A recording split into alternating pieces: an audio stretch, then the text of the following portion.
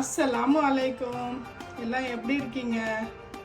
இன்னைக்கு நம்ம என்ன செய்ய போகிறோம் அப்படின்னா வெஜிடபிள்ஸ் ரைஸ் நூடுல்ஸ் போட்டு ஸ்ப்ரிங் ரோல் செய்ய போகிறோம்.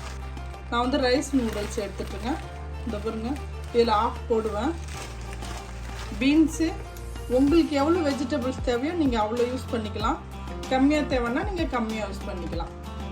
பீன்ஸ் எடுத்திருக்கேன், முட்டைக்கோஸ், கேரட், இது மூணும் இந்த ரைஸும் நூடுல்ஸும் தான் அதுக்கு தேவை. நான் வந்து இந்த மாதிரி மிளகா இது ஒன்று நான் கட் பண்ணி வச்சுருக்கேன். இந்த பாருங்க, கட் பண்ணியிருக்கேன். இதுக்கு தேவையானது வந்து பச்சை மிளகாய். நான் உரப்பு கம்மியாக போடணுன்றதுனால 5 பச்சை மிளகாய் எடுத்திருக்கேன்.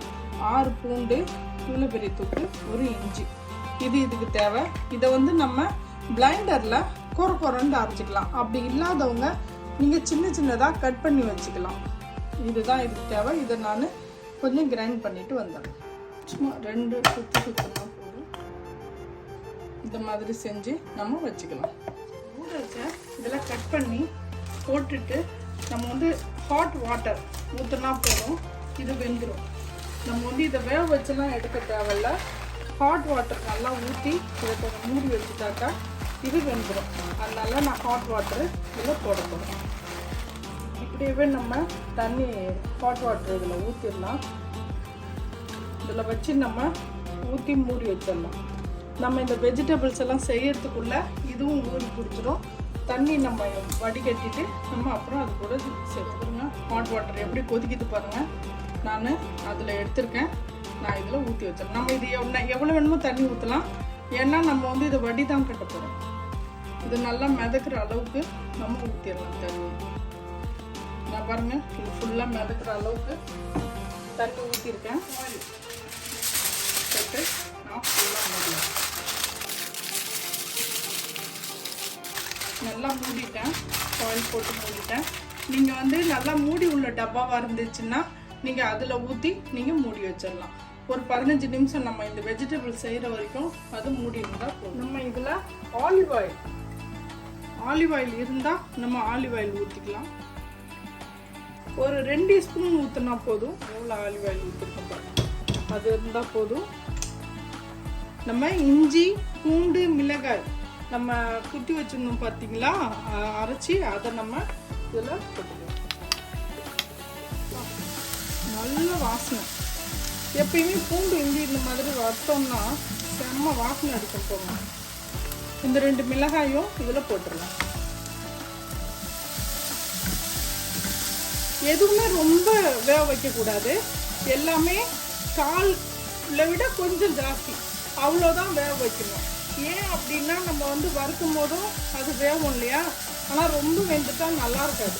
அதுக்காக நம்ம எல்லாமே பாதி குக் பண்ணால் போதும். காய்கறிகள் எல்லாத்தையும் போட்டுடலாம்.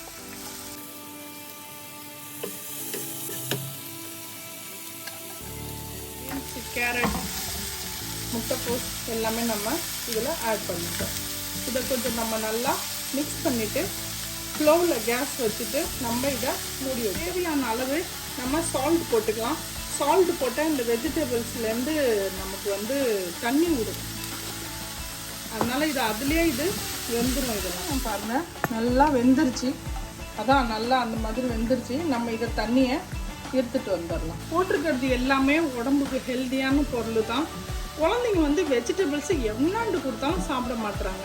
அதுக்காண்டி தான் நம்ம இந்த மாதிரி ஏதாவது ஒன்று செஞ்சாக்கா குழந்தைங்களுக்கு நல்லா பிடிக்கும், சாப்பிட்ருவாங்க. நமக்கு மனசுக்கு கொஞ்சம் திருப்தியாக இருக்கும். இவ்வளோ செம்மையாக இருக்குது பாருங்கள். வடிச்சிட்டேன், நல்லா ஆயிடுச்சு. கட் பண்ணியும் எடுத்துகிட்டு வந்துட்டேன். இதை நம்ம இதில் யூஸ் பண்ணிக்கலாம். உங்ககிட்ட சேமியா இல்லை அப்படின்னா நம்ம வந்து அணில் சேமியா இல்லை நூடுல்ஸு எது வேணுமோ நம்ம யூஸ் பண்ணிக்கலாம்.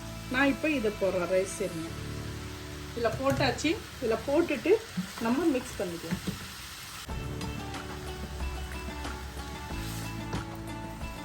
இப்போ வெஜிடபிள்ஸும் பாதி வெந்துருச்சு, நூடுல்ஸும் நமக்கு வெந்துருச்சு. அதனால் இதை இனிமேல் நம்ம வேக வைக்க வேண்டாம். இதை இப்படியே நம்ம ஸ்ப்ரிங் ரோலில் நம்ம மிக்ஸ் பண்ணிக்கலாம். இதில் கொஞ்சம் நம்ம சால்ட்டு எல்லாம் கரெக்டாக இருக்கான்னு பார்த்துக்கலாம். இதில் வந்து என்ன போடணும், இப்போ சில்லி ஃப்ளேக்ஸ் நான் வந்து 1 ஸ்பூன் எடுத்துருக்கேன். உங்களுக்கு தேவைன்னா நீங்கள் 2 ஸ்பூன் கூட போட்டுக்கலாம். மிளகுத்தூள் நான் ஒயிட் மிளகுத்தூள் போடுறேன். உங்ககிட்ட இல்லைன்னா நீங்கள் பிளாக் கூட யூஸ் பண்ணிக்கலாம். நான் வந்து ஆஃப் யூஸ் பண்ணுறேன். அதுக்கப்புறம் எள்ளு வந்து உங்கள் சாய்ஸ். நான் வந்து 2 டீஸ்பூன் போடுறேன். ஆனால் எள்ளும் சாப்பிட்டாக்கா ரொம்ப வயிற்றுக்கு நல்லது. அதனால தான் நான் எள்ளு கூட சேர்த்துக்கிட்டேன். உங்ககிட்ட இருந்தால் நீங்கள் போட்டுக்கலாம். கருப்பு எள்ளும் போட்டுக்கலாம், வெள்ளை எள்ளும் போட்டுக்கலாம். நான் கேஸ் ஆஃப் பண்ணிடுறேன். பாருங்க எவ்வளோ கலர்ஃபுல்லாக செம்மையாக இருக்குது பாருங்கள். நல்லா இருக்குல்ல? இந்த பவுலில் மாற்றிக்கலாம். ரோல் வந்து இந்த மாதிரி பேக்கெட்டில் இருக்கும். இது மாதிரி நம்ம வாங்கிட்டு வச்சுக்கணும். நான் ஃப்ரிட்ஜரில் வச்சுருந்தேன் வாங்கிட்டு வந்து. இதை இப்போ நான் வெளியே வச்சுட்டேன் முன்னாடியே.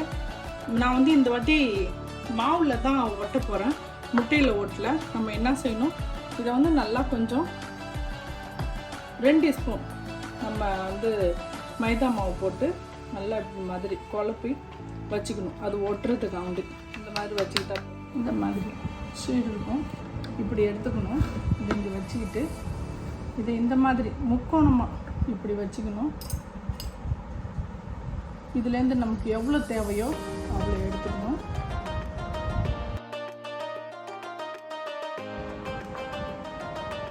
இதை இந்த மாதிரி செஞ்சுட்டு இதை இப்படி ஃபோல்ட் பண்ணணும். ஒரு சுற்றுனதுக்கு அப்புறம் இந்த சைடில் உள்ளதையும் இங்கே வச்சுக்கணும், இந்த சைடில் உள்ளதையும் நல்லா இங்கே வச்சுக்கணும். வச்சுட்டு இன்னும் ஒரு ரோலில் அடிச்சுட்டு அதுக்கப்புறம் இந்த மைதா மாவால் இந்த மாதிரி இதை இப்படி செஞ்சு வச்சுக்கணும். இன்னொன்று காமிக்கிறேன் பாருங்கள். இது இப்படி முக்கோணமாக இப்படி இந்த ஷேப்பில் எடுத்துக்கணும். இந்த ஷேப்பில் எடுக்கக்கூடாது, இந்த ஷேப்பில் எடுத்துக்கணும்.